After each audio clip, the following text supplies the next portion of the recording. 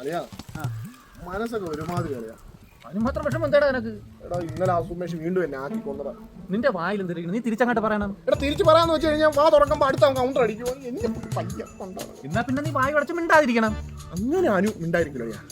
അതിനുള്ള വഴിയൊക്കെ അനു കണ്ടുപിടിച്ചിട്ടുണ്ട്. അന്തരാണോ അത്രയും വലിയ വഴി? അല്ലെ നീ ഇന്നലെ നമ്മുടെ ഇന്റർവ്യൂ കണ്ടായിരുന്നു മറ്റേ ഡാൻ ശ്രീനിവാസനും ബേസിലും തമ്മിലുള്ള? ഇല്ല, മറ്റേ പുതിയ പടത്തിന്റെ. എന്റെ പൊന്നളിയാ, ഒരു കൗണ്ടർ അടിക്കുമ്പോൾ അടുത്ത കൗണ്ടർ അടിച്ച് അങ്ങ് കൊടുക്കുവാണ്. അവർ വിവരമുള്ളവരാണ്ടാ, അവർക്ക് കൗണ്ടർ അടിക്കാൻ അറിയാടാ.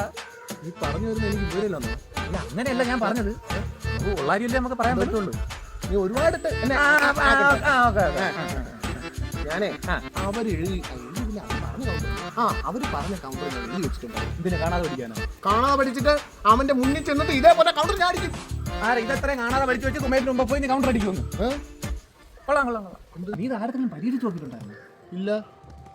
ഇല്ലാതെ നീ സുമേഷിന് മുമ്പ് ചെന്ന് ഇറങ്ങാൻ പോണത് പണിയാവൂല്ലേ?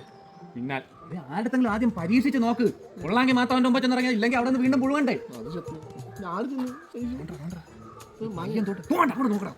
ഒരു പയ്യൻ വന്നല്ല കുറ്റിയെറുക്കനാണ്, തിരിച്ചൊന്നും പറയൂല. ചാമ്പട്ട നീ ധൈര്യമായിട്ട് ഫുൾ സപ്പോർട്ട് താങ്ങി ഞാനുണ്ട്. അങ്ങനെ അല്ല സപ്പോർട്ട്. ഓക്കെ. അല്ല കൈമാറ്റിയാണ്.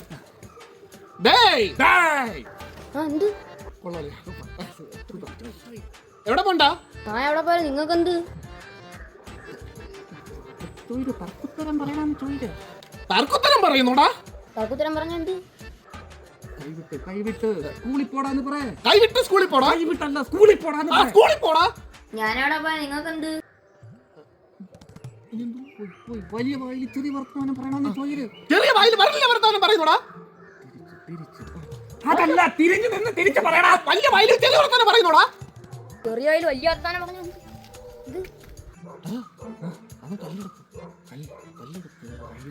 കയ്യിന്ന് പോയി കൊല്ലും.